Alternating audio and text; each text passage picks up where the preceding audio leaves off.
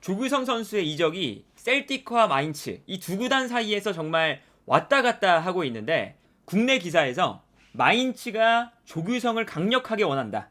단독 취재 결과 현재 마인츠가 셀틱이 제안한 2,200만 파운드를 웃도는 금액을 전북에 전달한 것으로 알려졌다. 라고 이야기가 나오고 있습니다. 그래서 현재 마인츠와 전북이 협상을 진행하고 있고 조만간 최후의 협상 테이블이 차려질 전망이다. 라는 이야기가 나오고 있습니다. 이 셀틱이 먼저 조규성 선수에게 제안을 했었고 하나로 치면 약 33억 정도의 금액보다 조금 더 높은 오퍼를 마인츠가 제안을 했다.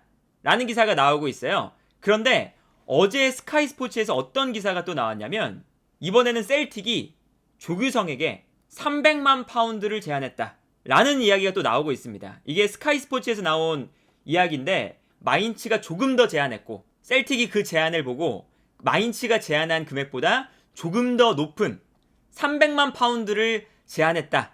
라는 이야기가 지금 나오고 있는 상태고요. 이제 그러다 보니까 이 셀틱과 마인츠 이 두 구단이 조규성 선수를 영입하기 위해서 치열한 경쟁이 붙어있는 상황이다 라고 볼 수가 있겠고요. 그렇다면 마인츠와 셀틱 이 두 구단의 전술적인 성향을 봤을 때 조규성과 조금 더 전술적으로 적합한 팀은 어떤 팀이냐, 이것을 살펴봤을 때 두 구단 모두 괜찮은 선택이다 이렇게 볼 수가 있겠습니다. 일단은 마인츠부터 살펴보면 마인츠 같은 경우는 3-5-2 혹은 3-4-3 전형을 주로 사용을 하는데 이게 3-4-3과 3-5-2를 변동되면서 사용을 한다는 이유가 이 왼쪽 측면에 있는 이재성 혹은 풀기니 선수 때문입니다.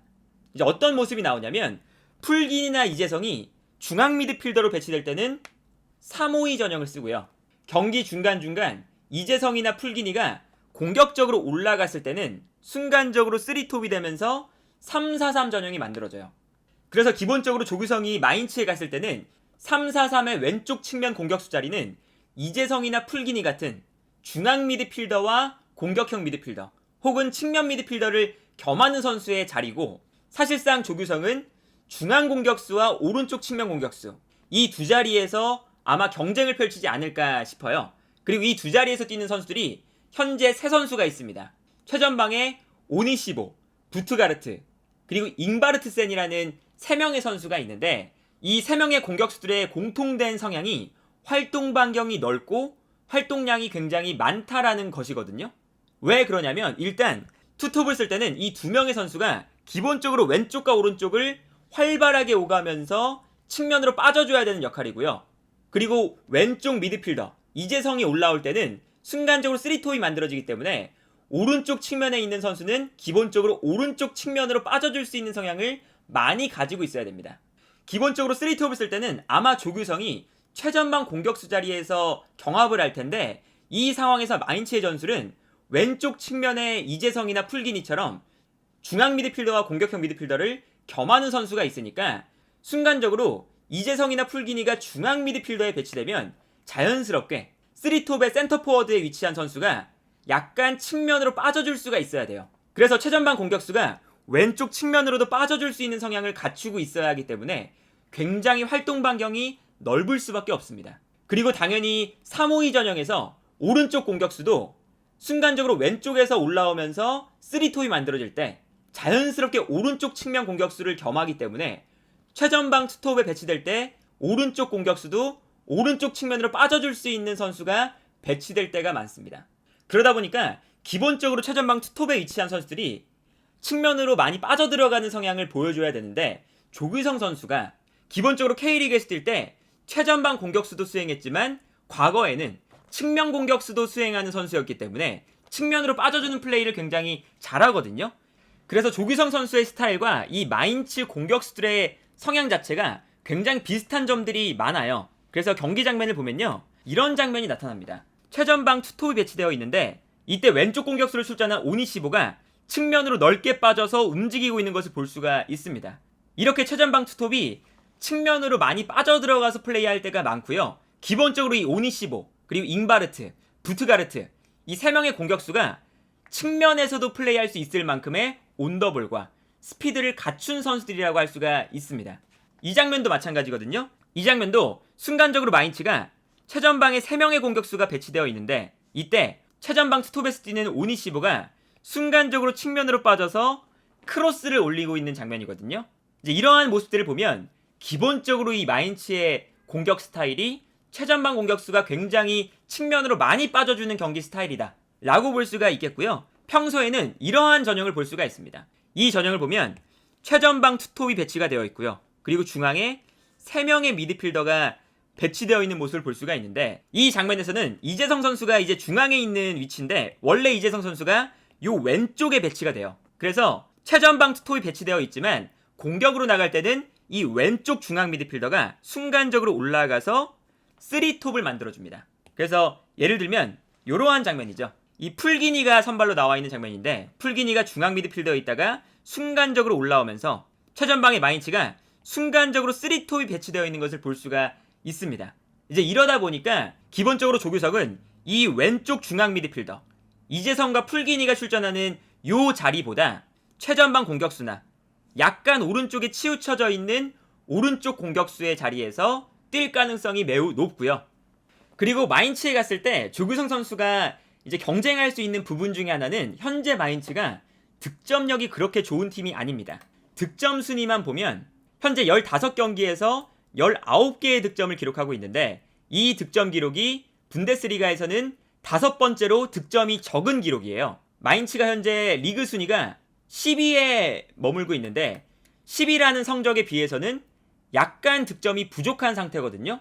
그리고 실제로 공격수들의 득점 기록을 보면 현재 리그에서 최다 득점 기록이 오니시보와 잉바르트센 각각 4골이 현재 마인츠에서 최다 득점 기록입니다. 물론 조규성 선수가 분데스리가로 넘어가서 얼마나 득점력을 보여줄 수 있는지는 모르겠지만 기본적으로 조규성 선수가 오니시보나 잉바르트센 혹은 부트가르트보다 조금 더 좋은 득점력을 보여줄 수만 있다면 최전방 투톱 자리에서 센터 포워드도 가능하고 측면으로 빠져줄 수 있는 플레이도 가능한 조규성이 마인츠의 전술에도 맞고 분명히 경쟁해볼 수 있을 만한 능력들을 가질 수가 있다 라고 볼 수가 있겠고요.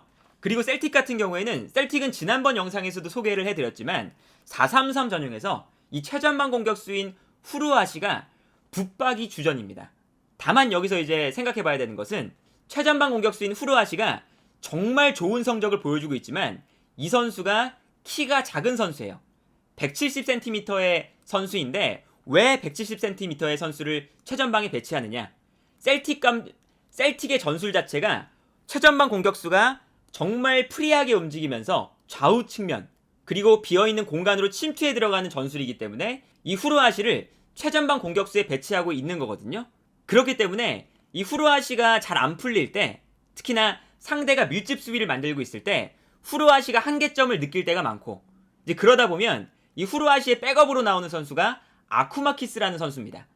근데 이 신장이 큰 아쿠마키스라는 선수가 이번 겨울 이적 시장을 통해서 셀틱을 떠날 가능성이 매우 높아요. 이제 그러다 보니까 자연스럽게 조규성 선수가 이 셀틱으로 간다면 후르아시의 백업 자원으로 출전할 가능성이 크고 이때 후르아시가 어쨌든 한계점이 있는 선수다 보니까 후르아시의 백업 자원으로 충분한 출전 시간을 부여받을 가능성이 큽니다. 셀틱의 공격 작업을 보면요. 최전방에 있는 후르아시가 최전방에만 머무르는 것이 아니라 후방에서 패스가 들어갈 때 순간적으로 측면으로 빠져들어가는 플레이를 많이 보여주고요. 후르아시가 측면으로 빠져들어갈 때 셀틱은 측면으로 패스를 뿌려줄 때가 많습니다. 그리고 후르아시가 이 측면 침투가 아주 좋은 선수라서 빠르게 침투해 들어갈 때 패스가 들어가면 수비라인 뒷공간을 무너뜨리고 득점 찬스를 잡는 장면을 볼 수가 있는데 물론 조규성 선수가 스피드적인 면에서는 그리고 침투하는 면에서는 후르아시보다 약간 민첩성이나 스피드에 떨어질 수가 있지만 기본적으로 조규성 선수도 느린 선수가 아니고 좌우 측면으로 빠져줄 수 있는 선수이기 때문에 셀틱의 공격 스타일과 맞아 떨어지는 부분이 있고요. 여기에 더해서 후르아시보다 분명히 체격 조건이 좋기 때문에 셀틱으로 간다면 셀틱에서도 충분한 출전 시간을 보장받을 수가 있다 라는 것이 셀틱의 장점이라고 할 수가 있겠습니다. 그래서 결국에는 조규성 선수가 조만간 팀이 결정될 것 같은데 마인츠로 가든 아니면 셀틱으로 가든 어떤 팀으로 가든 기본적으로 처음에는 백업 자원으로 활용될 가능성이 커요. 기본적으로 셀틱은 후르아시라는 붙박이 주전 공격수가 있고요. 그리고 마인츠에서도 오니시보, 잉바르트센, 그리고 부트가르트 이 3명의 공격수가 득점력은 저조하지만 분명히 활동 반경도 넓고 분데스리가에서 통할 만큼의 활동량을 보여주고 있거든요. 그래서 마인츠에서도 3명의 선수가 최전방 투톱 자리에 자리를 잡고 있기 때문에 조규성 선수가 처음부터 이 3명과의 경쟁에서 승리해서 주전 자리를 차지하기에는 약간의 어려움이 존재할 가능성이 큽니다. 하지만 어쨌든 이 마인츠도 그렇고 셀틱도 그렇고 기본적으로 공격 자원에 약간의 한계점을 느끼는 팀들이기 때문에 조규성 선수가 마인츠든 셀틱이든 어떤 팀을 가도 충분한 출전 시간 정도는 보장받을 수가 있고요.